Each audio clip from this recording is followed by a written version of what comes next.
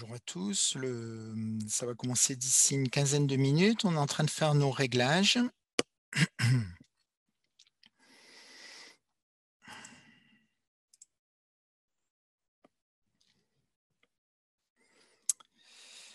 Alors,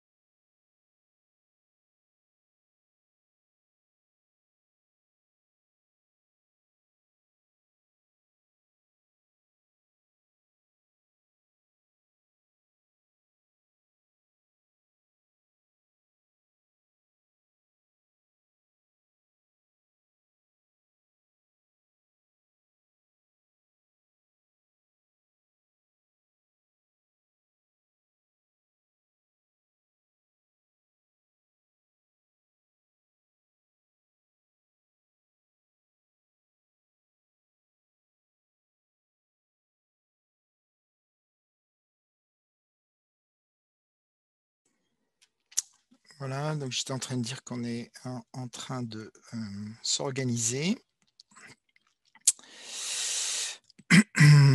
J'essaye de... je ne sais plus comment je me mets en spotlight.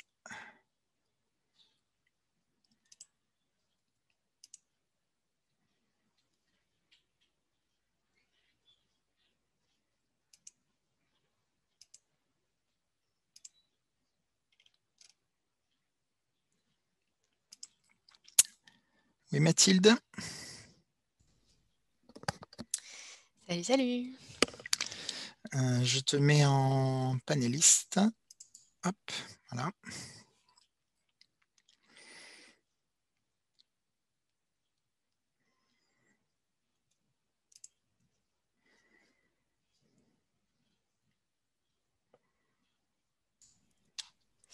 Voilà. Je retrouve plus ce que tu sais comment je me mets en spotlight. C'est à quel moment que je fais ça?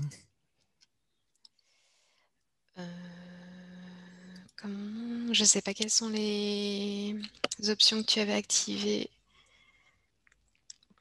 Je sais plus, en fait. Vas-y, je chipote pendant encore un petit peu de temps. Je vois que des gens nous ont rejoints. Hmm. On fait les petits réglages et on est à vous. Je partage mon écran, puis tu vas me dire si ça marche. Donc là, quand je partage comme ça, tu vois bien l'écran? Oui. Ok. Ouais, mais je sais plus. Alors, c'était sur toi, en cliquant sur toi et les 3 petits points, non? Ah, attends, oui, non, ça y est, je crois que je l'ai ici. Mm. Annotate, stop vidéo. Mort.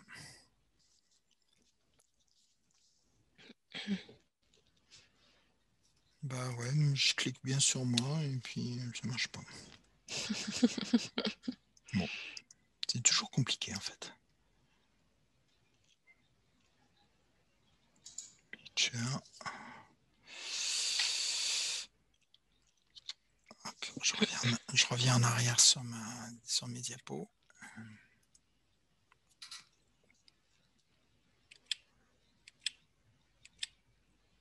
Voilà.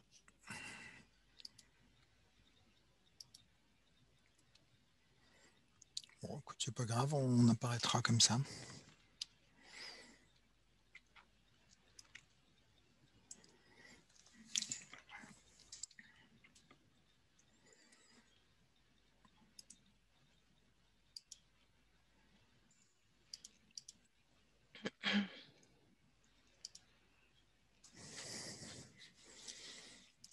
Je vois que tu es bien enclenché l'enregistrement. Ça, c'est une bonne Oui, chose. oui.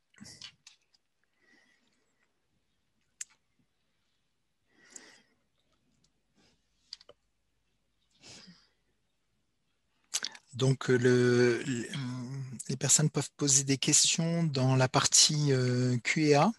Hein.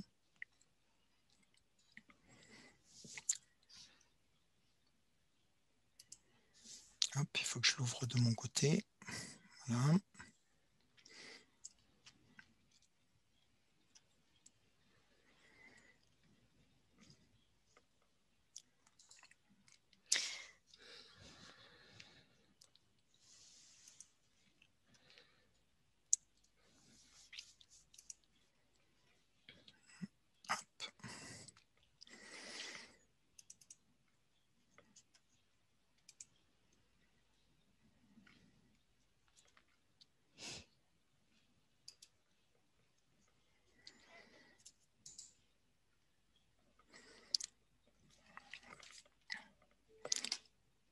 Bon, sinon, tout va bien, tu m'entends bien? Oui, je t'entends bien. Ok, alors tout va bien. On attend que les gens nous rejoignent petit à petit. Bienvenue à ceux qui sont déjà connectés.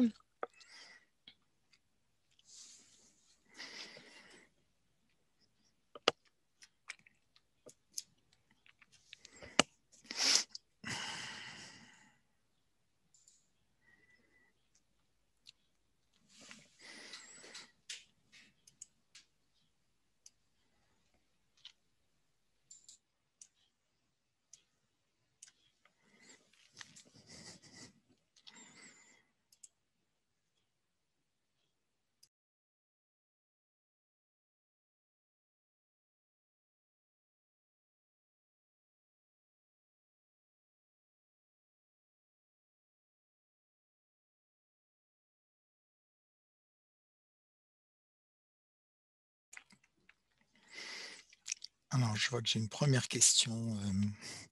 Oui, bonjour Isabelle aussi. Voilà.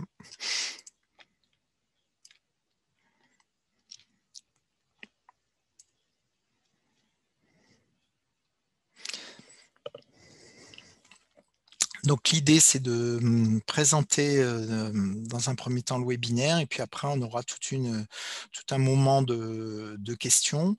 On essaye de finir à 12h15, Mathilde? de démarrer à 12h15 et, À 13h15, oui. et on termine vers 13h15, 13h30, oui, maximum. Bon appétit à ceux qui sont en train de manger en regardant ce petit webinaire. Nous, on va essayer de ne pas manger.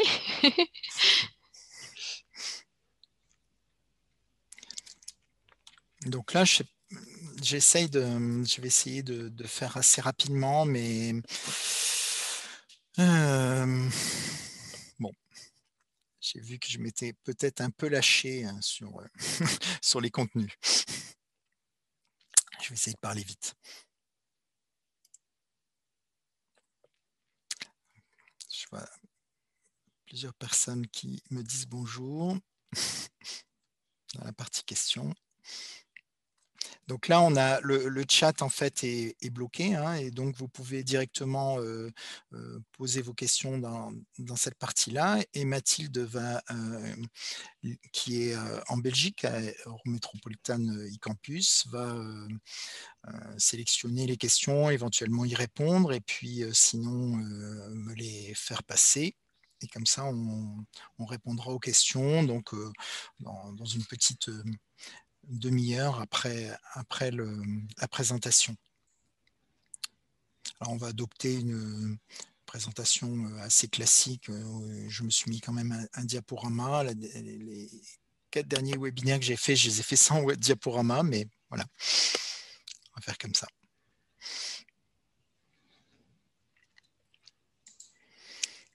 Le webinaire est enregistré. Il y avait moyen de le projeter en live aussi sur YouTube, mais on le déposera après sur la page du projet.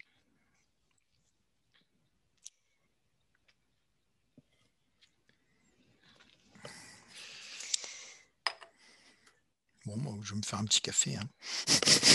Vas-y. Je te laisse accueillir.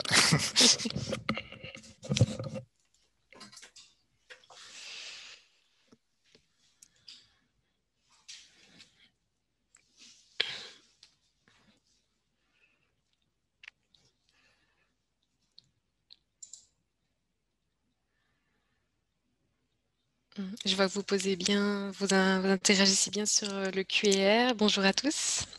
On attend encore quelques minutes avant de démarrer.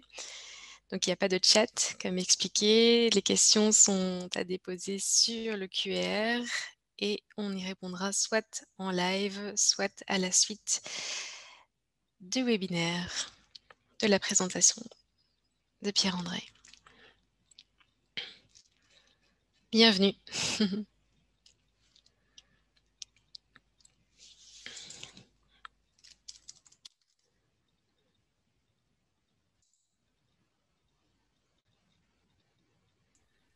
Voilà, le café est en train de se faire. Par contre, Mathilde, je vais te mettre comme co-host parce que je me suis dit, si ma connexion coince, ça coince tout le webinaire. Mon Dieu, je ne sais plus comment on fait ce truc-là. Make co-host. Voilà. Ok, ça c'est fait. N'en profite pas pour me laisser faire ta présentation, hein, parce que je ne saurais pas. Si, si. Ouh, il y a un problème de connexion.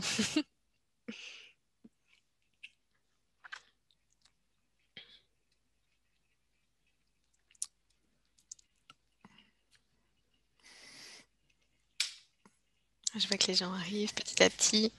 Oui. Normalement, on attend quoi? Une centaine de personnes, c'est ça?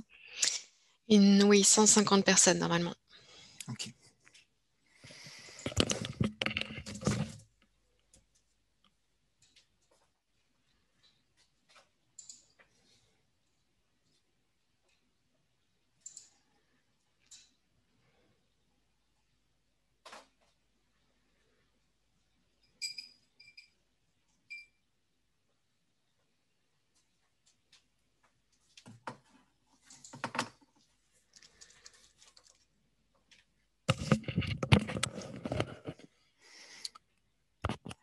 Je ne vais pas regarder le nombre de participants parce que ça va me mettre la pression chaque fois que je vais dire une bêtise. Je ne te tiens pas au courant alors. Voilà.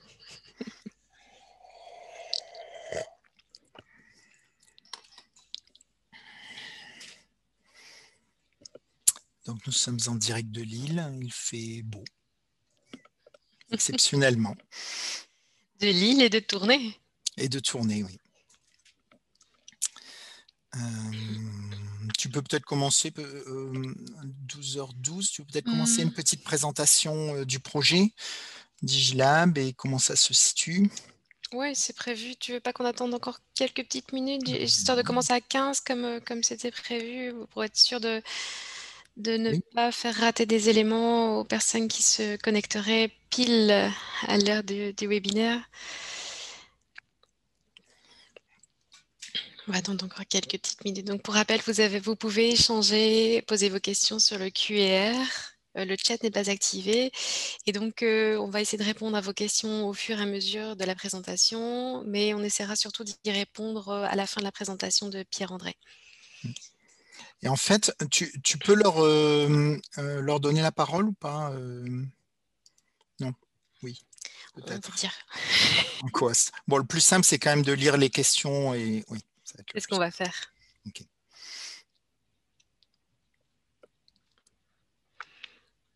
Donc, bonjour aux personnes qui nous rejoignent. On commence d'ici quelques minutes.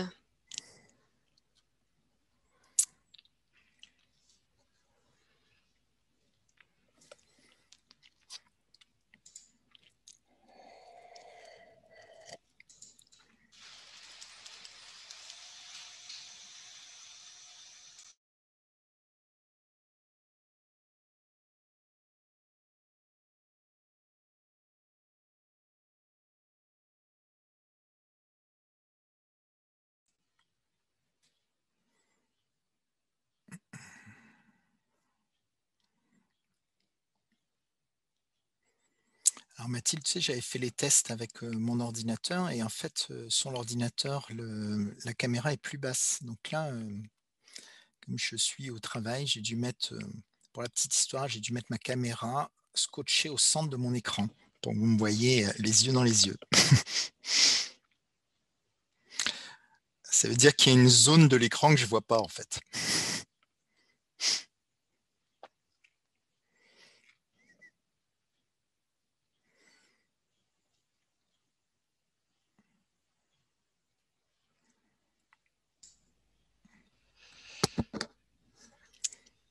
Voilà, je vois qu'il y a encore des gens qui nous rejoignent. Bonjour à tous, bienvenue. Donc le chat est bloqué, mais vous avez la partie Q&A qui vous permet de poser des questions pendant le webinaire. Et Mathilde va me lire les questions les plus pertinentes, ou en tout cas celles qu'elle aura repérées, qu'elle va noter. Et à l'issue du webinaire, en fait, il y a un gros moment partagé où on va justement aborder ces questions.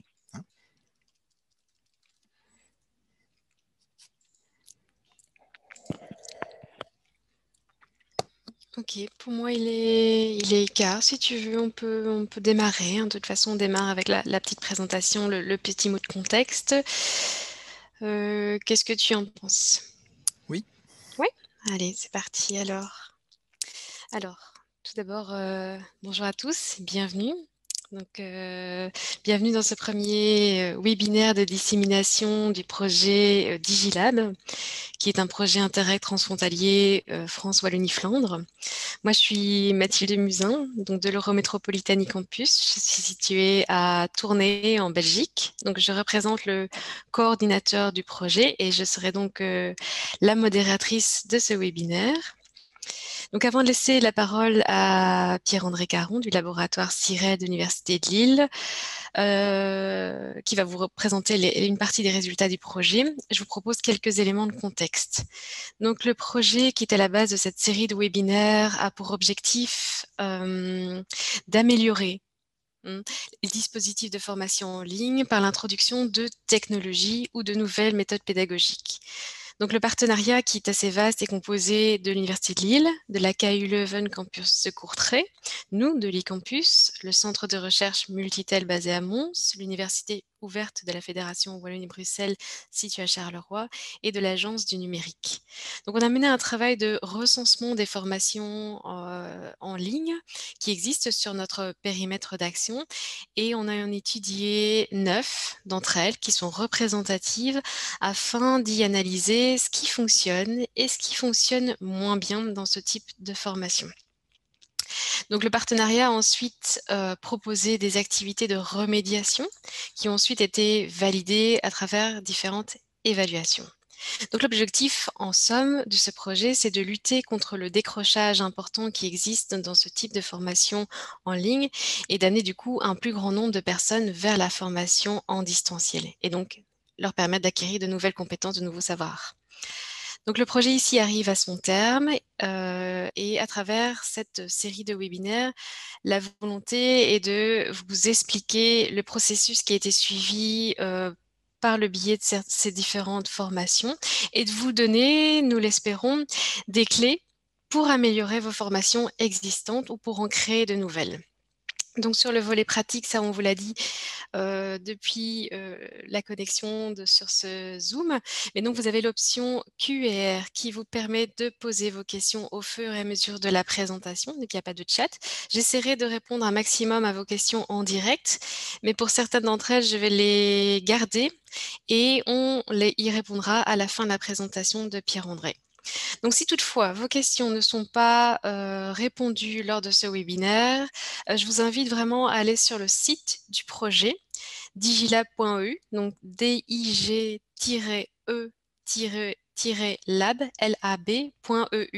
où vous trouverez un formulaire de contact et qui vous permettra de poser vos différentes questions. Par ailleurs, concernant tous les résultats du projet, ils seront repris dans un guide qui sera disponible au prochain trimestre directement sur ce site web et qui sera téléchargeable gratuitement. Donc voilà, je laisse maintenant la parole à Pierre-André Caron, qui est maître de conférence à l'Université de Lille et qui va vous parler d'un cas extrême, entre guillemets, d'amélioration de formation, car il va vous parler d'un cas de recréation, de redesign de formation. Merci à lui. Oui, merci Mathilde. Donc, je vais après partager mon écran pour aller sur mon diaporama. Simplement savoir que j'aborde là un cadre design. Donc, on part d'un des terrains du projet Digilab, qui est la licence médiatique. Cette licence médiatique a été définie, designée en dehors et pendant le projet.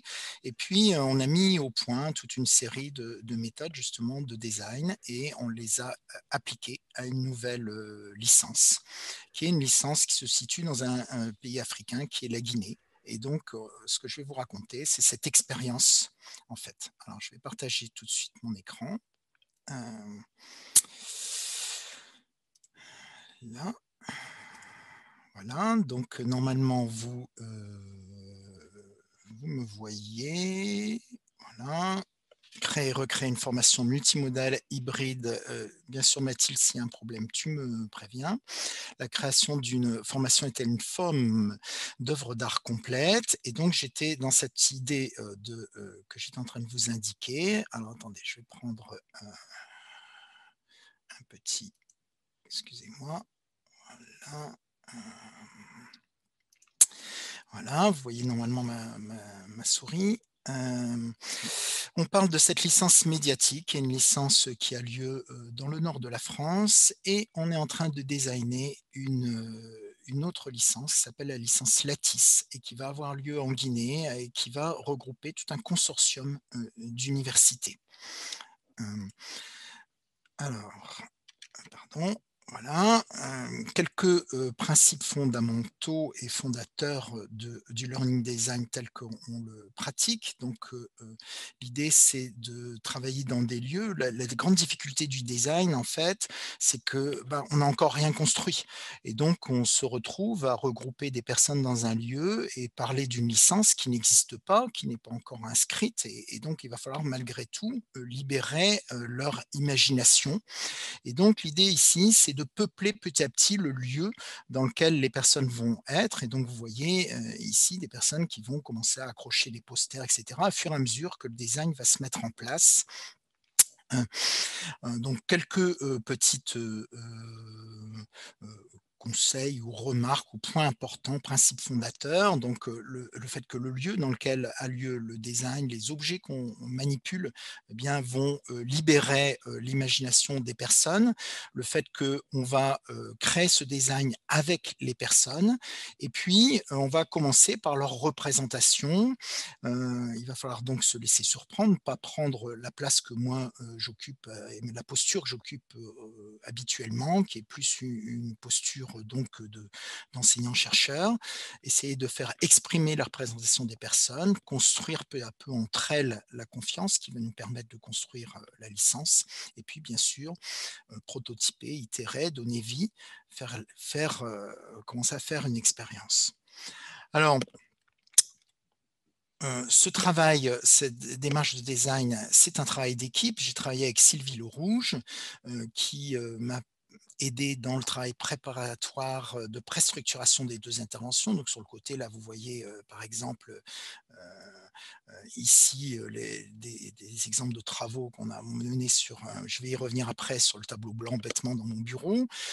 Après, donc je suis parti avec une scénarisation préalable de l'atelier qui avait été imaginée, hein. Vous voyez là, par exemple, J3, ainsi de suite. Et puis, là-bas, quand j'étais à Kindia, j'avais un coaching à distance tous les soirs compte tenu de la connexion quelquefois un peu hésitante. On essayait de se débrouiller par WhatsApp, j'essayais de poser mes questions, essayer de me répondre et puis de me guider.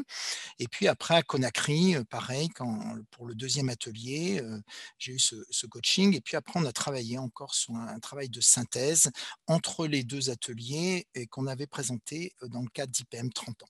Voilà. Alors,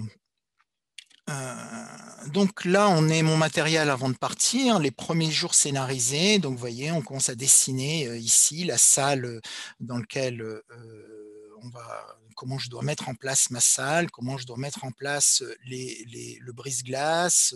On commence à se poser la question de, construire des personas, c'est-à-dire de faire, émerger en fait les profils de, nos étudiants, profils entrants, profils sortants. Là, quelques éléments sur comment résoudre des problèmes. Là, vous avez une représentation symbolique où je pars de cette idée qu'à un moment, je vais leur faire dessiner un village et que ce village sera sans doute la formation que nous sommes en train de faire. Et puis cette idée que si j'arrive pas à faire ça, eh bien, j'essaierai d'attaquer une frise temporelle qui me permettra de construire plus simplement cette représentation. Alors, je parle également avec d'autres éléments qui sont des bouquins, donc le design de l'expérience utilisateur, Creative Genius, toute une série de petites fiches sur le débat mouvant, etc., des choses que j'ai regroupées. Et puis un bouquin qui m'a beaucoup aidé, que je conseille, c'est Innovation Game, qui permet de justement d'animer certaines séances de design et qui est vraiment une source d'inspiration.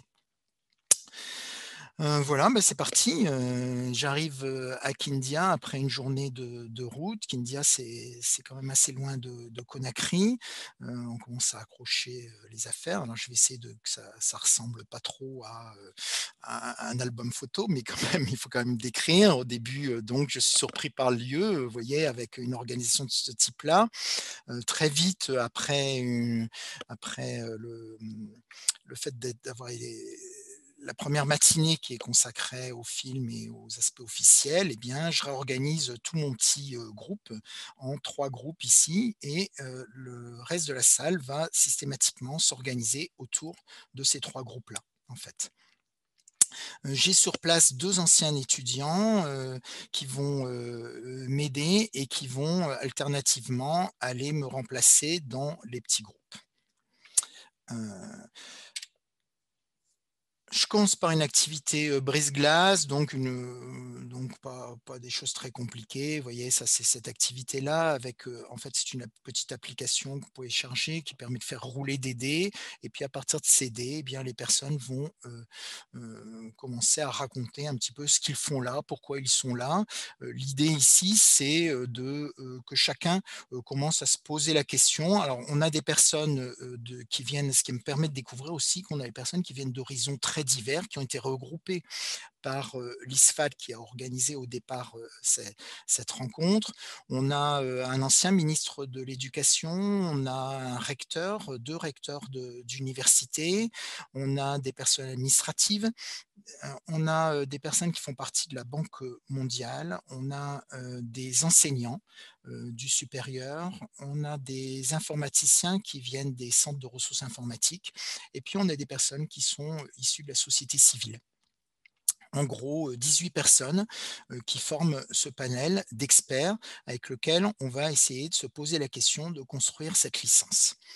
Donc, petites activités, là, c'est un portrait chinois, je commence ainsi à donner la parole et puis je me rapproche petit à petit du sujet, qui nous intéresse et je leur propose donc là, c'est pareil, c'est une activité assez classique de design, un photomontage avec toute une série d'images et je leur demande de se concentrer sur certaines images et de me raconter une histoire de ce qu'ils imaginent de, cette licence ou en tout cas de la formation à laquelle ils, veulent donner vie et au cours de cette discussion, en fait, donc je donne la parole aux personnes et puis pendant qu'ils sont en train de discuter, je réorganise, les photos en direct et on voit que petit à petit se profilent, en fait 3 styles d'interaction, un 1er style d'interaction où on aurait des salles qui seraient couplées ou, en tout cas qui aurait une activité qui aurait lieu dans une salle et puis, avec un enseignant et puis éventuellement une activité qui aurait lieu dans d'autres salles qui seraient connectées. Un autre profil qui est un profil d'atelier qui aurait, lieu localement sous forme un peu de Fab Lab et puis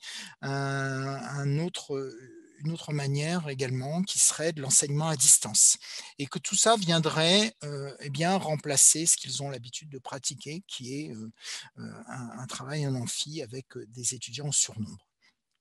Là, vous avez, le dessin tel qu'il est représenté par, les personnes et tel qu'il va être accroché donc sur le mur. À partir de ce moment-là, je vais m'intéresser à, une fois que on est parti sur cette idée de représentation de la formation, je fais un petit pas de côté et je vais dire: «Oui, OK, on a cette idée en tête, mais finalement, c'est quoi ces étudiants qui vont venir dans cette formation?» Donc là, pareil, c'est une technique, assez, connue du design qui va consister à faire, des construire des personas et donc je leur propose ce petit dessin-là et eux vont produire dans chaque groupe, ces personas et là, je me heurte à un 1er problème qui est que finalement, hem Heu, je leur demande de dessiner ces étudiants et je me rends compte qu'il y a une petite difficulté bêtement à, utiliser le dessin. Ce qui m'amène en fait à partir sur une autre modalité et je vais, leur demander en fait de me raconter une histoire et donc à partir de ces dessins qu'ils vont avoir et de ces textes qu'ils ont, dans la main, en fait, ils vont raconter l'histoire de vie de cet étudiant et on va raconter comme ça toute une série d'histoires et de mon côté, du côté synthèse, eh bien, je vais essayer de regrouper ces étudiants. On va voir qu'il y a des étudiants qui viennent,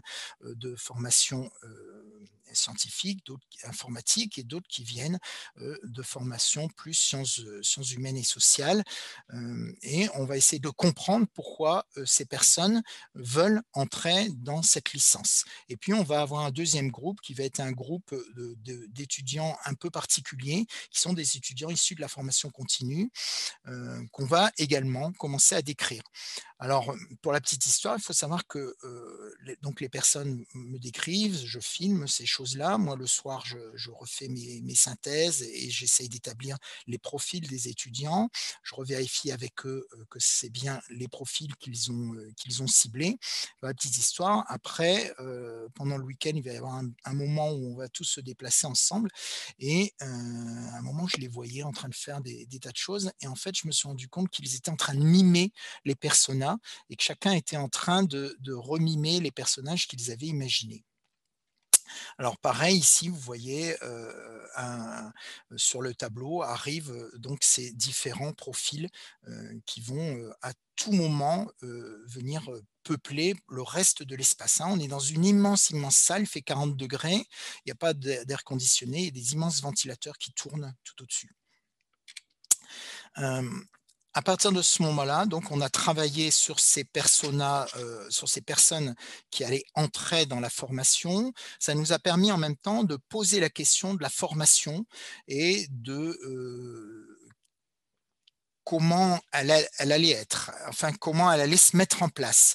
Et donc je vois bien qu'il y a un doute sur cette mise en place et j'aborde une nouvelle activité qui est une activité, qui est directement issue du livre dont je vous ai montré là, hem, le livre sur les jeux et c'est une activité qui s'appelle «Souviens-toi du futur», qui consiste à imaginer que nous sommes en octobre et qu'en octobre, nous sommes le premier jour de la rentrée, les étudiants sont entrés, ils sont tous là et donc la licence a fonctionné, a été mise en place, on a, levé tous les problèmes qui s'étaient posés et donc je leur demande, d'imaginer une frise et d'imaginer tous les problèmes qu'ils ont rencontrés et d'imaginer comment ils ont résolu, ces problèmes. En fait, je leur demande pas de se projeter dans l'avenir et de m'expliquer comment ils vont résoudre les problèmes. Je leur dis: «Vous les avez résolus puisque on est le jour de la rentrée et que tous les étudiants sont là.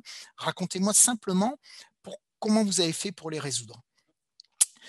Et donc on a, 3 équipes là, vous voyez, qui vont travailler, 3 frises concurrentes, et puis à l'issue de ce travail, les 3 frises vont être posées là et on va, construire une immense frise au tableau où on va les glisser, on va les découper, les obstacles que l'on a rencontrés et la manière dont on a, résolu l'ensemble de ces obstacles et puis parallèlement à ce travail, j'ai des tables sur le côté où il y a, des problèmes qu'on n'a pas réussi à résoudre ou en tout cas qu'on a levés et qu'on va mettre sur la table, qu'on va après, aborder. Hem, donc là, je les vois remplir, tout ça et puis au bout d'un moment, je vois que, juillet, août, il y a pas grand chose qui se remplit, il y a personne qui me met rien, jusqu'au moment où il y en a un qui m'explique que, juillet, août, c'est la saison des pluies, donc de toute façon, c'est très difficile de faire quelque chose pendant cette saison-là. On passe à ces fameux problèmes. Au moment où on a construit la frise, eh bien, il y a, des problèmes qui sont apparus et donc ces problèmes ont été collés sur les tables au fond. Donc je vous ai dit, hein, c'est une immense salle, hein et donc moi, pendant ce temps-là, le soir, je regroupe, mes problèmes ensemble. Alors vous voyez qu'il y a beaucoup de trucs comme ça parce que les post-it collent pas, en fait, il fait trop chaud donc en fait, j'ai du collant ici pour, tout coller. Donc je regroupe ensemble les problèmes et puis je vais leur demander, de, passer autour de ces problèmes et d'écrire, sur des post-it qu'on va recoller, d'écrire les solutions qui leur semblent le plus logiques et puis après, je vais leur donner des gommettes, des petites gommettes que j'avais piquées à ma fille avant de partir et je vais leur distribuer ces gommettes et je vais leur demander d'aller voter en fait pour les solutions. Et puis après, chacun va travailler sur un problème et sa solution et rédiger ici une fiche problème avec la solution qui est précisée. Et après, il va y avoir un moment où il va y avoir un retour oral de ces solutions avec euh, des questions et des remarques des autres. Il faut savoir que pendant ce temps-là, moi j'essaye de noter l'ensemble de ces choses-là parce que tout ça, ça va après construire, le rapport et ça va construire la formation, hein. Donc tout, absolument tous ces éléments-là sont repris, sont renumérisés le soir, la nuit et cetera. Heu une fois qu'on en est là, on va aborder donc, pour, me résumer, hein, donc on a à peu près, on s'est organisé, on voit à peu près comment on va mettre en place cette licence. On a une idée assez précise des étudiants qui entrent dans la licence, mais pour l'instant, bah, on ne sait pas ce que c'est que cette licence. Moi, je partais d'une licence qui était la licence médiatique que nous avions travaillé dans le cadre du projet Digilab et donc, j'imaginais une licence, de médiateur numérique assez semblable. On travaille malgré tout sur ce qu'on appelle des personas sortants et donc je vais leur demander, pour ces personnes, en fait, ces profils, quelles sont leurs activités, quels sont leurs interlocuteurs. On imaginez que ces personnes sont sorties avec la licence, quels sont les publics, les responsabilités, leur posture et donc on va faire travailler donc là vous avez, un exemple des personnes qui étaient là qui, a travaillé sur son persona et qui raconte un petit peu, le métier que va exercer, cette personne à l'issue de cette licence professionnelle Lattice.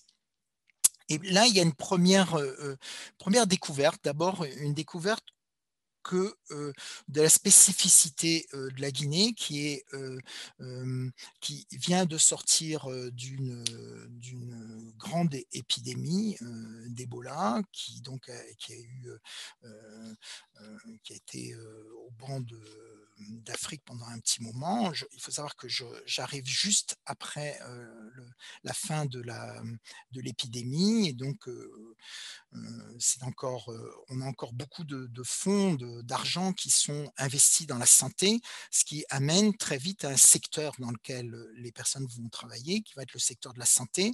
On a également le secteur de la microfinance, de la banque, qui est un secteur assez important et donc, voilà des endroits où vont s'insérer, ces fameux médiateurs numériques. Et puis je me rends compte que petit à petit que, tous ces métiers, en fait, sont des métiers qui accompagnent l'évolution du pays et qu'en fait, ce ne sont pas des médiateurs numériques, mais c'est plutôt des mutateurs, c'est-à-dire des gens qui vont, participer à la mutation du pays. Et ce qui m je me rends compte en particulier quand on parle des cybercentres. Pourquoi? Parce que je me souviens qu'on a vécu ça il y a quelques années ici, le passage des cybercentres en centres de formation et là, on est typiquement à un moment, de transition entre ces cybercentres vers des centres de formation. Et on voit bien qu'une personne qui sera animateur de cybercentre, va plus ou moins petit à petit, diriger un centre de formation. Alors sort, donc toute une série, de métiers qui sont, résumés ici, 10 métiers et qui sont accrochés, pareil sur un des murs de la salle. Et puis au centre de chaque poster, je fais poser, la description du métier et je vais leur demander de, construire alors ça, c'est encore une activité, de type 1, 2, 3, 4 qui est, pardon 5, 4, 3, 2, 1. On va passer 5 minutes devant le poster, puis on va se décaler de 4 crans, on va passer 4 minutes devant le poster suivant, ainsi de suite et on va marquer sur des post-it ici les compétences nécessaires à ce métier. Voilà. À partir de, ça, il y a un travail ici où je vais, en fait, me mettre en face de chaque poster, essayer de regarder les compétences qui sont des compétences, spécifiques à ce métier, des compétences qui sont plus, transversales. Et puis, de l'autre côté de la salle, je vais mettre une immense zone, donc qui fait 4-5 mètres et je vais leur demander assez rapidement d'aller chercher toutes les compétences qui sont de ce côté-là et d'aller les replacer dans des zones sur le mur, de les regrouper par bloc de compétences.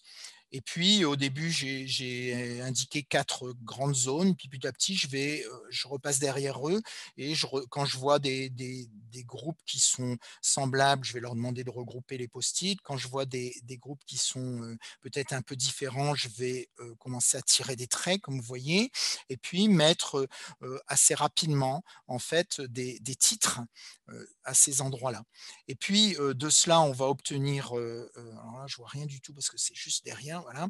On va obtenir à peu près, 18 blocs Et là, il y a un travail donc très rapide qui est fait avec tout le monde en fait, où on va essayer de définir des domaines de compétences, ce qui nous a amené finalement à une définition en 6 domaines de compétences que vous voyez ici, qui sont les 6 domaines de compétences de la licence Lattice. Former, enseigner avec les pédagogies actives, concevoir dans le domaine des TIS, connaître les spécificités de la guinée et traduire l'action dans ce cadre, explorer son contexte d'entreprise, communiquer, s'insérer dans la vie active, gérer un environnement de formation par les TIS. Bon, voilà. À partir de ce moment-là, nous avons tous les domaines de compétences, nous avons toutes les compétences qui ont été identifiées, nous avons un tableau synoptique qui regroupe ces domaines, qui regroupe toutes les compétences. Et donc, on va là faire une toute petite pause d'une journée et puis on va repartir cette fois-ci dans un autre sens, c'est-à-dire on va repartir du côté du curricula et on va essayer de s'intéresser au contenu de formation. Comment les contenus de formation peuvent exprimer l'ensemble de ces compétences. Et donc, pour arriver à ces contenus de formation, on va travailler sur un exercice que j'ai trouvé très très difficile, hein. Vous vous souvenez du petit dessin que j'avais fait précédemment sur mon tableau blanc avec le village. Donc c'est un travail que je vais essayer de faire avec eux, avec trois villages différents. Mais comme je vous ai dit, je me heurte au fait que finalement, mes experts sont pas très à l'aise sur le graphique et ils sont aussi très à l'aise sur le symbole, peut-être moins ma qualité. Et donc je me retrouve avec des villages très symboliques. Alors 3 villages extrêmement symboliques, là j'en ai représenté un, mais les autres étaient encore plus symboliques. À un moment, il y avait un petit village. Dans le village, il y avait un banc. Et puis, je demande, pour la petite histoire, pourquoi il y a ce banc. Alors, il m'explique que c'est un symbole. C'est un endroit où vont se rencontrer des étudiants qui sont issus de disciplines de type informatique et des étudiants qui sont plutôt issus de sciences de l'éducation. Et donc, si on veut qu'ils travaillent ensemble, ben, il faut mettre un banc. Et après, un autre élément que je vous ai indiqué aussi, c'est qu'il faut gamifier l'ensemble parce qu'on est quand même sur des représentations théoriques tout le temps. C'est un travail qui est épuisant. Donc, je leur fais découper des petites figures comme ça, de faire déplacer les personnes dans leur village.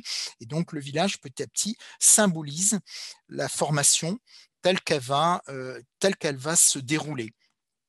À partir de ça, je leur fais rédiger également les grands principes à respecter dans leur formation.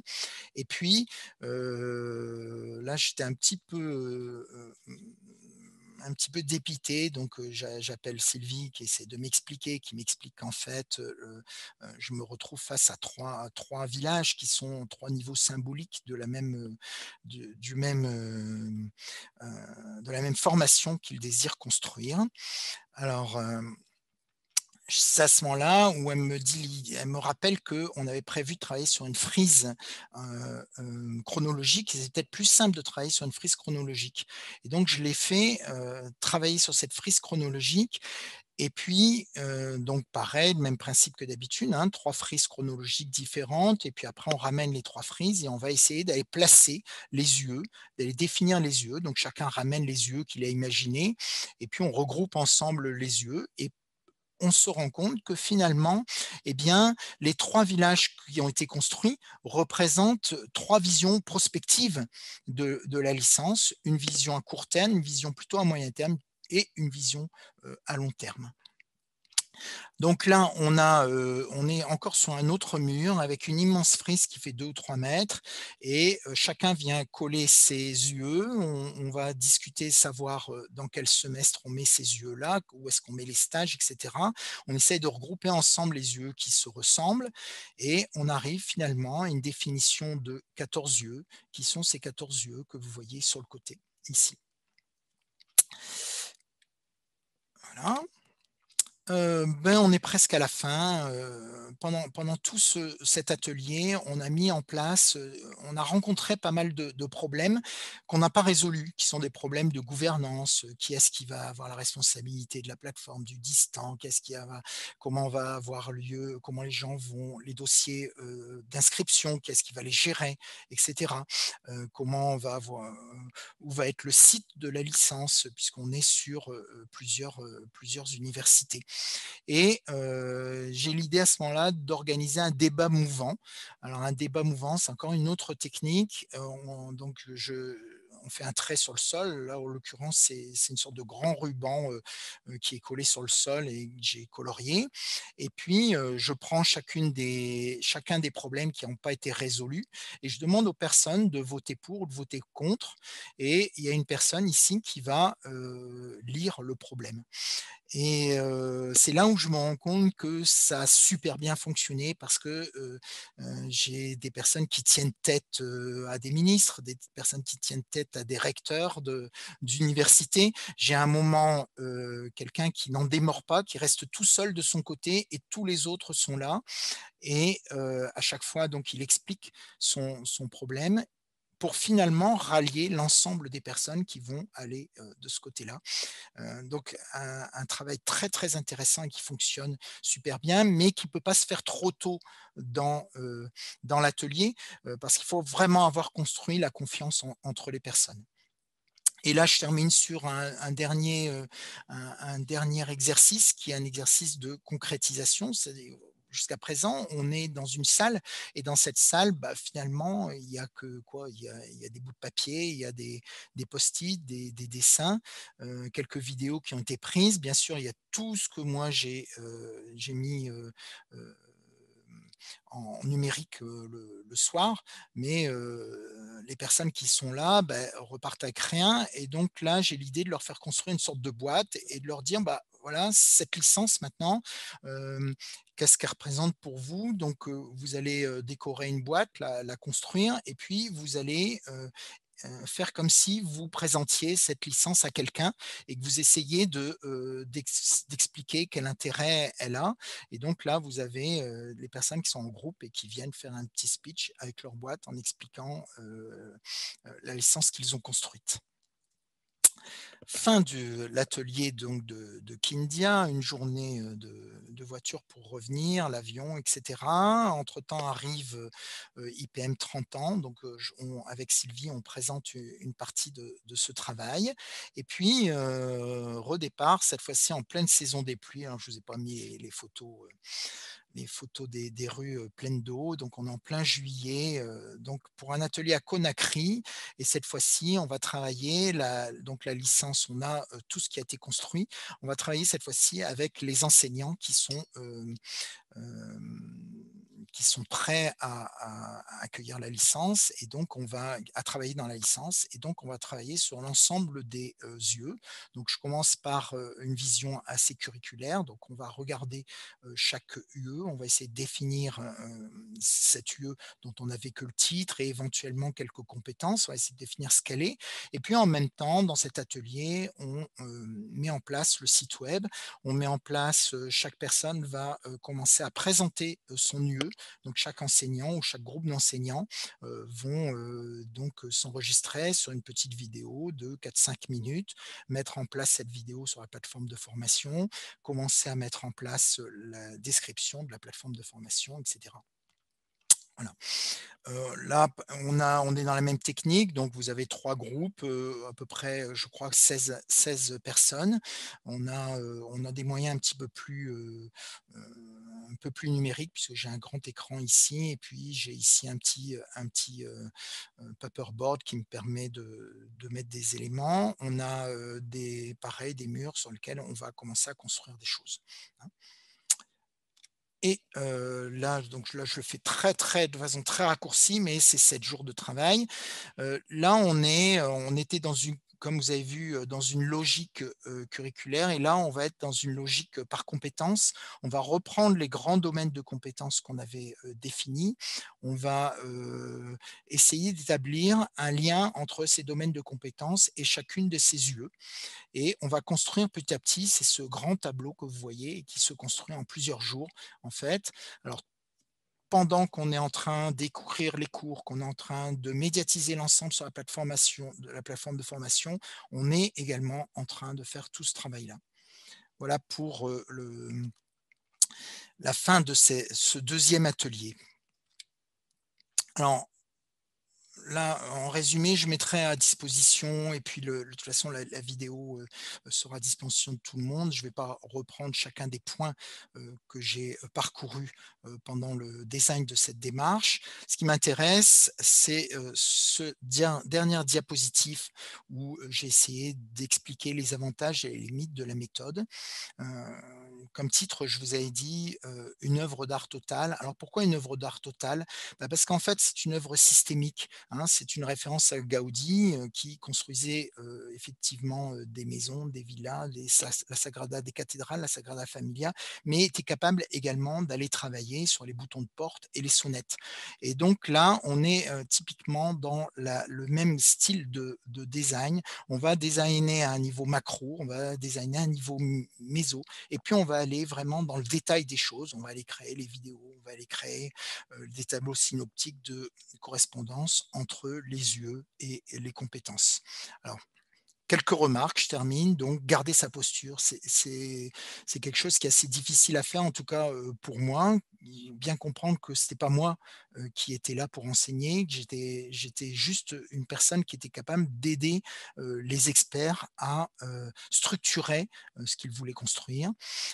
Attention de ne pas mettre en place une démonstration.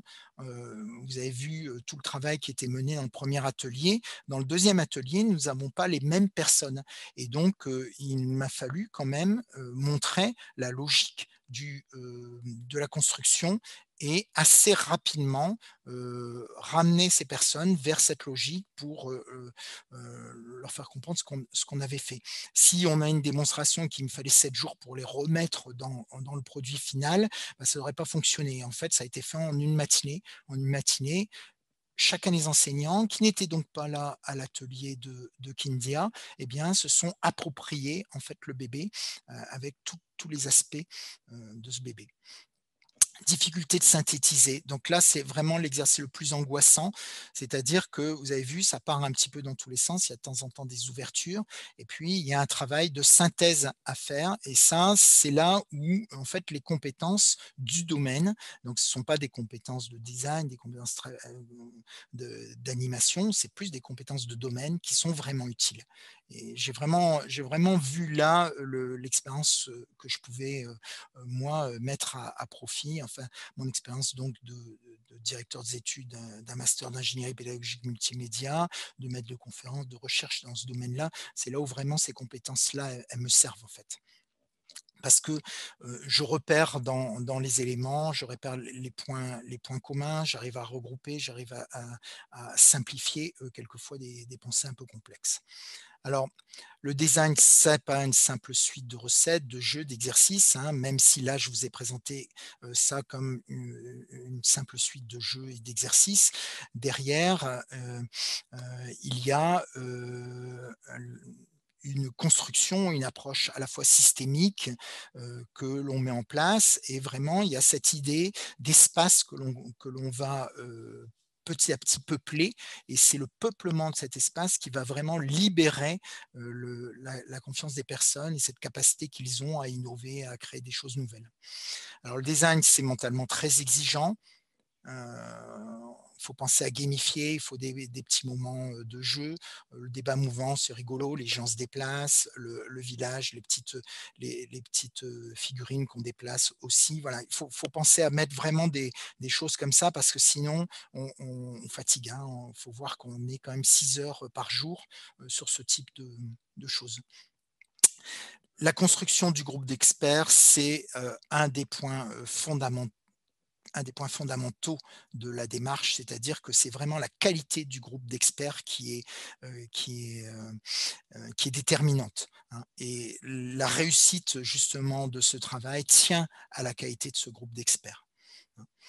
Alors, heu, donc c'est une approche permettant de donner la parole aux experts, voilà, donc là je reviens peut-être sur les objets. Il va y avoir des objets intermédiaires. Vous avez vu toute une série d'objets intermédiaires qui étaient sur, les murs. Tous les objets n'ont pas donné lieu à des documents numérisés à la fin, mais il y a malgré tout, des documents qui ont été construits à partir d'eux. Et puis il y a des objets décoratifs qui structurent, qui réifient l'imaginaire et l'espace physique, hein. Et bien sûr, voilà, pour, conclure, la conception est systémique, mais les objets manipulés, volontairement réducteurs. Voilà, Mathilde, bah, je peux te donner la parole maintenant. Je vais, couper peut-être mon partage d'écran. Oui, merci Pierre-André en tout cas pour Oui. cette présentation, ces explications. J'ai effectivement quelques questions qui sont arrivées par le QR. Je vais les reprendre. On va essayer de discuter de toutes ces questions, mais on ne saura peut-être pas répondre à toutes. Donc n'hésitez pas à nouveau de vous rendre sur le site digilab.eu, dig-e-lab.eu. Bah, j'ai peine hein, pour que tout le monde l'ait bien. Il y a un formulaire de contact où vous pouvez poser vos questions. Et ce webinaire ainsi que les autres seront disponibles également sur cette plateforme par la suite. La première question vient de Christelle qui nous demande qu'est-ce qui fait que les formations qu'on a reprises dans le projet Digilab ont été des formations représentatives et qui nous permettent donc de faire du transfert de ce que nous avons fait vers les formations des participants ici présents lors de ce webinaire. Là, par exemple, typiquement, on est sur une, formation qui est la formation médiatique, qui est une formation, nouvelle, qui forme donc, des médiateurs numériques dans un, métier qui est en train de se construire. Et nous, ça nous intéressait de travailler les méthodes de design sur du design de formation. L'ingénierie de formation, c'est quelque chose qui est un petit peu vieillot. On a beaucoup d'éléments de paquets, de modélisation de ce type-là, mais finalement, depuis, en tout cas ces derniers temps, je trouve qu'il y a une crise au niveau de cette ingénierie de formation et des méthodes que l'on peut solliciter pour l'ingénierie de formation. Et donc, la licence médiatique a été choisie là-dessus. Et après, on a choisi avec Sylvie de se défocaliser totalement et d'essayer de reconstruire cette licence dans un contexte totalement différent. Parce que, évidemment, dans le contexte médiatique, c'est un peu différent. On est un pays occidental, on a tous les moyens de connexion, on a toutes les possibilités, donc tout est ouvert. Et on s'est dit: «Oui, mais finalement, est-ce que, c'est si, contextualisé que ça? Est-ce que cette démarche, on peut la mener également, dans un autre pays?» Et on a eu l'occasion, de le faire avec, donc la Guinée qui nous a sollicité pour, f construire une licence identique à la nôtre au départ, et on a vu que le processus de redesign n'est pas du tout arrivé sur la même licence. Les métiers ne sont pas du tout les mêmes, et d'ailleurs la licence a changé, le métier a lui-même a changé. Donc, comme je l'ai dit, de médiateur numérique, on est arrivé au métier de mutateur numérique. Donc, c'est au début, c'est cette capacité à cibler une formation qui est une formation qui n'est pas simple, qui n'est pas, en tout cas pour médiatique, qui est une formation qui est en lien direct avec l'évolution actuelle de la société. C'est ça qui nous a motivés. Oui, par rapport au type de la formation, il y a peut-être une question qui effectivement est légitime et que certains se posent certainement. Ici, il est question de la création d'une nouvelle formation, la licence Lattice, qui est une formation, je ne suis plus sûre, en présentiel ou hybride, je ne suis pas sûre. C'est une Et donc, formation hybride. voilà. Et donc, la question était de savoir si la formation est présentielle, quel est le lien avec, notre démarche dans le projet et est-ce qu'il y a des liens entre la création d'une formation en présentiel et une formation en distanciel hybride? Quel est à quoi peut-être faut-il être attentif lorsqu'on parle de formation hybride ou totalement distancielle? Alors là, on est sur, là, vous avez vu que, en fait, que la formation soit présentielle, hybride ou à distance, la démarche que l'on a suivie, qui consiste à, exprimer, les profils des étudiants, exprimer les métiers que l'on vise, puis après exprimer les domaines de compétences, puis exprimer les compétences et puis après faire un pas de côté et partir du côté du curricula, du côté des contenus, du côté des savoirs et puis essayer de relier l'ensemble de ces savoirs au domaine de compétences, bah, cette démarche, elle dépend absolument pas du fait que ce soit une formation distante ou une formation hybride. Là, dans c'est pas ça qu'on cherchait. Alors peut-être dans le deuxième atelier, par contre, où on est parti sur cet aspect hybride, beh, là, il y a commencé à y avoir ce travail qui a été mené, hein. Hem, c'est plus quelque chose que l'on va aborder, que j'aborderai dans le dernier webinaire. Je me fais mon auto-pub, hein. Dans le sixième webinaire, l'enfer c'est les autres. Eh bien, j'essaierai justement de parler de ça et de parler de cette ingénierie du dispositif et comment, à partir d'une maquette identique, eh bien, on crée trois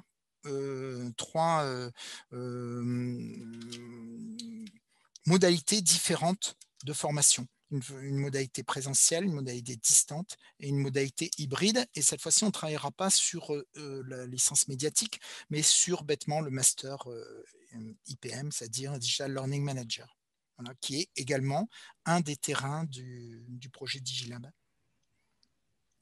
Oui, justement, tu parlais qu'à la base, ce qui était important aussi, c'est de pouvoir identifier des personas. Lou Paul nous demande qu'est-ce que c'est exactement un persona?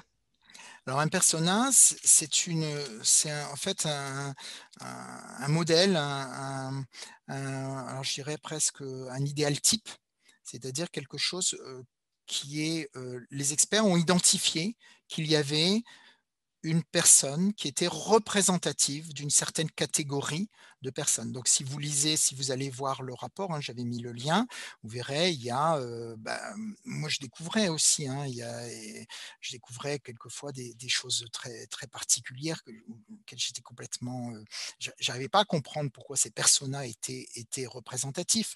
Par exemple, une femme qui a eu un enfant, mais son mari est parti et sa famille veut qu'elle se remarie et donc pour ne pas se remarier, il lui faut un métier et elle entre dans la licence Lattice pour trouver ce métier, pour échapper en particulier à sa famille, à l'emprise de sa famille. Donc on a des personnages de ce type-là qui arrivent, on a des personnages d'une personne au chômage de 40 ans qui a travaillé toute sa vie dans le numérique et qui se retrouvent avec des technologies et des connaissances obsolètes. Donc voilà toute une série de profils qui ont réussi à émerger en fait de ce travail sur les personas. Et puis après, donc à partir de ces personas, on les regroupe d'abord dans des profils communs, et puis après on essaie de les regrouper dans ce que j'ai appelé des groupes prioritaires ou des groupes moins prioritaires qu'on pourra travailler peut-être un petit peu plus tard dans le cadre de la licence, se dire d'abord quelle est la cible principale de la licence, puis quelles sont éventuellement les cibles secondaires, et puis quelles sont les cibles qui arriveront par la suite. Donc par la suite, par exemple, on avait une personne qui veut passer de licence ou une personne qui est médecin et qui veut se former également au numérique et qui voudrait faire cette licence en plus pour augmenter ses compétences. On se rend compte, alors là, ce sont les profils d'étudiants, mais c'était encore plus intéressant quand on regardait les profils métiers. On se rend compte dans les profils métiers qu'on a des personnes qui ont souvent deux, trois métiers et donc qui viennent dans cette licence pour s'offrir toutes les possibilités d'évolution dans la société actuelle. Toujours par rapport au personnage, j'ai une question un peu plus complexe d'Anne de l'INSPE, à mon avis, qui nous dit dans la démarche de co-design, on aurait tendance à imaginer le travail persona sortant en premier. Pourquoi a-t-il été placé à un autre moment? Alors parce que au départ, on était sur cette idée je ne voulais pas aller trop vite sur à quoi allait former la licence. On était tous d'accord qu'il fallait faire cette licence Lattice. Donc tout le monde était regroupé sur cette idée, mais personne n'avait une idée précise de cette licence Lattice.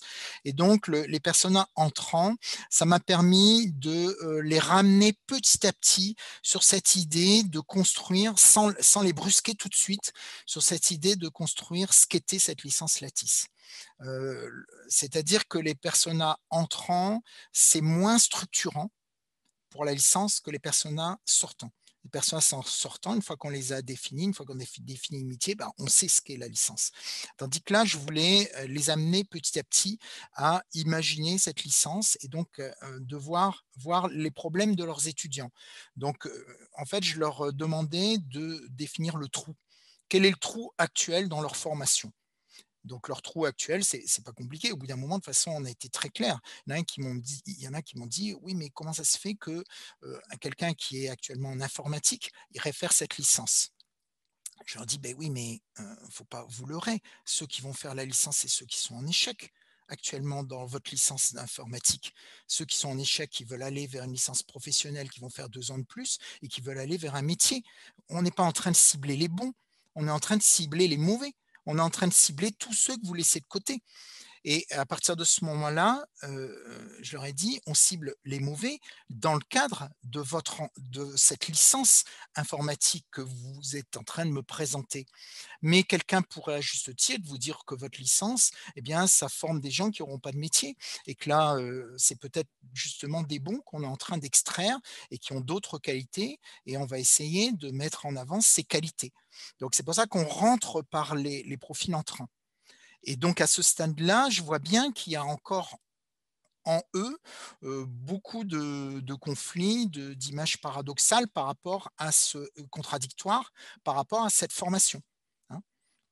C'est pour ça qu'à partir de ce travail sur les personas, je fais un pas de côté et je leur dis: «OK, on va maturer tout ça et on va s'intéresser maintenant à la mise en place». Donc la mise en place, c'est pareil, c'est un autre problème.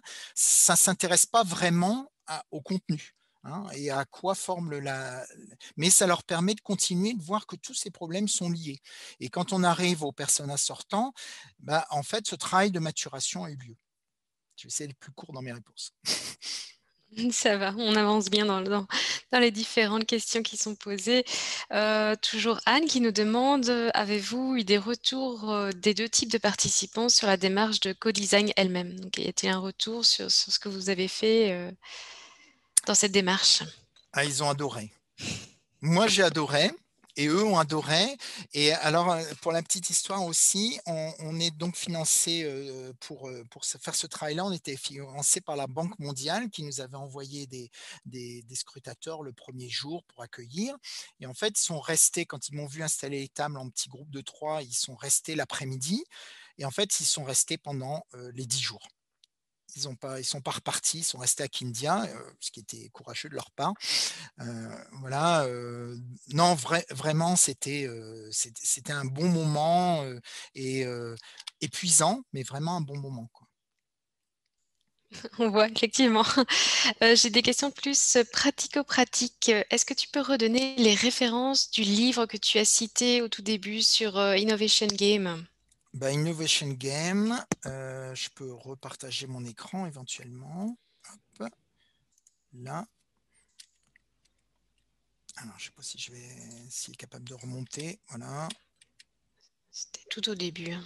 Ouais, ouais, c'est parce que les diapos sont un peu lourdes, donc Ah zut, je vais te faire bouger alors parce qu'il est aussi demandé, de présenter le QR code que tu avais présenté à la fin. c'est à l'autre bout. Bon, c'est pas grave. Innovation Game, c'est tout au début. Donc c'est Kaufman, Innovation Game. Et donc ça, tout ça, je l'avais en PDF sur ma tablette que j'ai cassé en cours de route, en plus. Voilà. Donc, Innovation Game et puis l'autre, là, en fait, c'est pas des trucs sur lesquels j'avais pas pris, comme j'ai cassé la tablette, j'avais plus tous les bouquins que j'avais et donc j'ai pas pris vraiment de notes. J'avais quand même beaucoup de bouquins, hein. Oui, parce qu'il y a un vrai intérêt par rapport à ça, hein. Donc, Adrien Voilà, qui explique, pardon. entre autres, que les activités pédagogiques proposées sont très inspirantes et il souhaite savoir comment avoir plus de détails sur l'organisation de ces jeux. On peut les retrouver notamment dans ce Voilà. livre. Oui, Innovation Game, c'est vraiment pas mal du tout. Creative Genius également. Et puis après, vous allez, une fois que vous avez les noms des activités, que vous les avez repérés, par exemple, débat mouvant, c'est pas dans ces bouquins-là, mais c'est un truc que j'avais repéré. Et donc, après, je ramène ma fiche avec moi, en fait. Et l'intérêt d'Innovation Game, c'est qu'en plus, il explique le jeu, il explique pourquoi ça marche et il donne l'exemple en plus. Donc c'est vraiment des trucs pas mal. Après, voilà, c'est intéressant, mais ça fait pas tout. C'est-à-dire que c'est effectivement c'est des petites recettes, mais derrière il y a ce travail sur la posture qui est très importante à avoir. Et je vois que certains participants donnent des liens sur le QR, notamment le lien Innovation Games. Merci Lydie. Par contre, le QR code n'a pas l'air de bien fonctionner. On peut Ah, peut-être leur montrer qu'ils réessayent, sinon on donne oui, l'adresse, hein. je l'ai généré. Ben, de toute façon, il y a l'adresse à côté, hein. Voilà. Je l'ai généré juste avant ce matin, mais bon, peut-être que je me suis planté dans la génération. Sinon, bêtement, vous allez sur Alachez-vous verte et puis vous tapez Caron et Lattice, Latice, Caron, Lattice, et puis vous allez retrouver le rapport. Alors, c'est une première version du rapport, hein. Il y a une deuxième version actuellement en cours de route. Ok, j'ai une question un peu plus générale posée par Olivier qui nous dit pouvez-vous revenir sur la dynamique de groupe et la création de la confiance parmi les membres du groupe, la sécurisation des participants et comment libérer la parole? Alors, bah, au niveau du groupe, donc comme je vous ai dit, un groupe très hétérogène, extrêmement hétérogène. C'est rare que je fasse un atelier avec un ancien ministre de l'Éducation nationale. Donc un groupe très très hétérogène, des personnes qui ont des statuts très différents avec des hauteurs très différentes dans la hiérarchie, hein, mais on fait cet atelier à, je crois, 400 kilomètres de Conakry. Donc, il faut une grosse journée de piste pour y aller. Donc, il y a déjà, si vous voulez, tout un travail au départ où les gens arrivent donc à cet endroit-là. Et puis, au départ, bah, une brise-glace tout simple avec cette idée de dés, sauf que j'avais pas les dés, donc je leur fais installer sur leur tablette ou sur leur smartphone. Certains ont, il y a au moins un smartphone par groupe, il y a 3 smartphones, donc on fait installer ce jeu de dés. On lance le dé, chacun raconte, il y en a un qui raconte, qui prend comment s'appelle, la cravate, parce qu'il dit que finalement, pour lui, être un enseignant, c'est avoir un statut, et donc il met une cravate, etc. Donc chacun raconte aussi, à l'occasion de raconter ce qu'il vit. Il y en a un qui montre un symbole de mort parce qu'il nous raconte dès le départ, je crois que c'est quoi, un quart d'heure après le début du travail, qui nous raconte que son fils est mort et que il est dans cette histoire, il a décidé de se consacrer à la création de ce genre de choses. Et puis une autre personne qui a eu un accident de moto et qui boite et qui montre la moto. Donc on est effectivement sur des choses très très personnelles, mais en fait on est entre nous. On est loin de Conakry, on est dans un endroit hors de tout temps. Et puis on arrive après sur le portrait chinois. Et dans le portrait chinois, je me rends compte qu'ils ont une vision assez paradoxale d'Internet, c'est-à-dire Internet est vu comme la libération, comme quelque chose qui va libérer un pays qui est quelquefois un peu étouffé par l'administration et par la hiérarchie, ce genre de choses. Mais en même temps, ça c'est OK pour le boulot, mais Internet par contre, dans la famille, non, c'est nul ça. les nanas vont draguer sur Internet, c'est vachement dur de limiter la sphère privée. Et donc, c'est vraiment, quand on les interroge, ils me disent: «Ah ouais, non, non, mais il faut vérifier tout ça, faudrait qu'il y ait un contrôle strict de tout ce qui se passe sur Internet parce que c'est vraiment pas possible». Alors, on est sur des visions assez paradoxales qui sont intéressantes à faire sortir. Alors, hem la confiance se crée comme ça par des activités petit à petit. Alors au début sur des activités, que eux rendent très personnelles et puis après en ciblant petit à petit, en allant vers, le numérique d'abord, puis après avec le photomontage vers la formation au numérique et ainsi de suite, par des activités se rapprochant de ce sur quoi on veut, travailler. Donc on cerne petit à petit le sujet qui nous rapproche. Voilà. Alors, aussi, il faut comprendre que excuse-moi, pour chacune des activités, je commence par moi-même. C'est-à-dire que toutes ces activités, à chaque fois, toutes les activités, je commence par moi-même et éventuellement, j'avais 2 de mes anciens étudiants qui étaient là, heu, Saïdou et Tierno et l'un ou l'autre, commence aussi. Donc on montre un petit peu, je raconte des choses sur les dés et puis après je raconte sur le portrait chinois et ainsi de suite, hein. OK, merci pour tes explications. Je pense qu'on a fait un petit peu le tour des différentes questions. N'hésitez pas à reposer une dernière question si elle vous brûle les lèvres. Sinon, ici c'était notre premier webinaire, n'hésitez pas à vous inscrire au prochain. Donc pour rappel, le prochain a lieu le 23 octobre, le vendredi 23 octobre et sera animé par Jean Eudes, qui est professeur des universités également à l'université de Lille et qui vous parlera du plaisir de comprendre dans les MOOC. Alors je vois que d'autres questions sont peut-être arrivées. Mmh, mmh, Florence, vous me dites que votre question n'a pas été répondue. Je cherche votre question. Ah oui, excusez-moi. Elle demande: «Quel est le persona classique identifié en Guinée, pour ce projet? Quelle catégorie sociale, quel âge, et cetera?» Alors le personnage classique, c'est celui que j'ai indiqué, c'est-à-dire que c'est un personnage qui est composé de 2 profils particuliers. Un profil, d'étudiant qui est en train de rater ses études dans une, filière, numérique, Miage et cetera, et qui s'intéresserait au social et une étudiante de, sciences humaines et sociales qui est actuellement en train de passer éventuellement, qui est à l'école normale, en train de passer pour être professeur des écoles et qui ne veut pas enseigner et qui voudrait aller vers les métiers, du numérique. Donc ça, ce sont les deux ce qu'on appelait les profils normaux entre très gros guillemets et puis après, mais c'est pas les profils qui vont être après, à ces profils-là vont se greffer des profils, plus sur la réorientation, et donc plus des profils formation continue. Et donc dans les profils formation continue, on a, des personnes qui sont dans la microfinance et qui s'intéressent à la numérisation et à la formation, à distance des personnes. Et puis, on a toutes les personnes qui travaillent dans les lycées, dans les universités, hein. Alors, faut regarder, vous avez tous les personnages qui sont décrits dans le rapport normalement. Merci Pierre-André.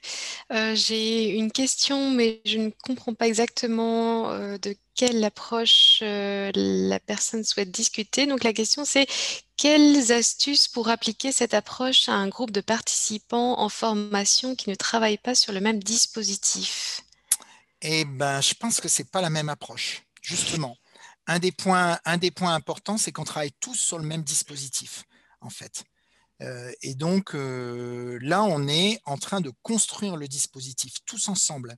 Et donc, il faut bien voir, je suis pas en train de former les gens, hein, ils se foutent du design, hein. Le design que moi j'applique, le webinaire aujourd'hui, c'est justement là, vous montrer ce design, vous montrait l'arrière-cour. Mais eux, mes techniques d'animation ou de clown ou tout ça, ils s'en fichent un petit peu. Eux, ils veulent construire une licence. Hein. Donc, on a tous, c'est un atelier de construction d'une licence et on a regroupé ensemble des experts pour construire cette licence. Alors, si par contre, vous voulez faire l'inverse, c'est-à-dire un atelier de design pour expliquer les méthodes de design pour qu'ils les appliquent après dans leur université, moi, je sais pas, vous leur donnez le lien du webinaire, voilà. Et puis, non, mais et puis on prend et puis j'espère qu'il y aura suffisamment d'éléments dans le guide justement pour vous guider là-dessus. Voilà. Alors, il faut savoir, peut-être, on ne l'a pas dit aussi, mais à partir de ce travail justement de design, on a reconstruit un nouveau projet qui est le projet Teach Transition. Hein, et dans le projet Teach Transition, justement, un des éléments fondamentaux, c'est le design de la formation. Et c'est un des packages que justement nous travaillons pendant 3 ans. Oui. Il s'agit à nouveau d'un projet Interreg transfrontalier qui a pour objectif de co-construire une formation sur la transition numérique du métier de l'enseignant, du formateur. Voilà, je pense qu'au niveau des questions, on est plutôt pas mal. Merci à vous, en tout cas, pour vos retours positifs. Hein, j'en vois quelques-uns. Merci pour ce partage intéressant. Voilà. Merci à vous. Donc, merci surtout à toi, Pierre-André, pour cette présentation, ce premier webinaire. N'hésitez pas donc à vous inscrire au prochain. Donc, le prochain, pour rappel, a lieu le 23 octobre. Il sera donc intitulé « Le plaisir de comprendre dans les MOOC ». Et ils s'en suivront bien sûr d'autres. Les webinaires seront disponibles dans un second temps sur le site internet du projet et le guide également sera téléchargeable sur le projet. Ah, je vois que beaucoup d'interventions arrivent, mais j'imagine que c'est pour nous souhaiter, oui, nous dire merci, nous dire au revoir. Merci à tous, merci pour ces différents compliments. Voilà. Pierre-André, je ne sais pas ce que tu en penses. Merci Mathilde. Bah, écoute, je pense qu'on va fermer le webinaire et puis j'espère que j'ai bien enregistré tout ce qu'il fallait. Voilà. Oui. Merci au revoir à à tous et tous. Bonne fin merci de d'avoir journée. été là. Oui. Au revoir.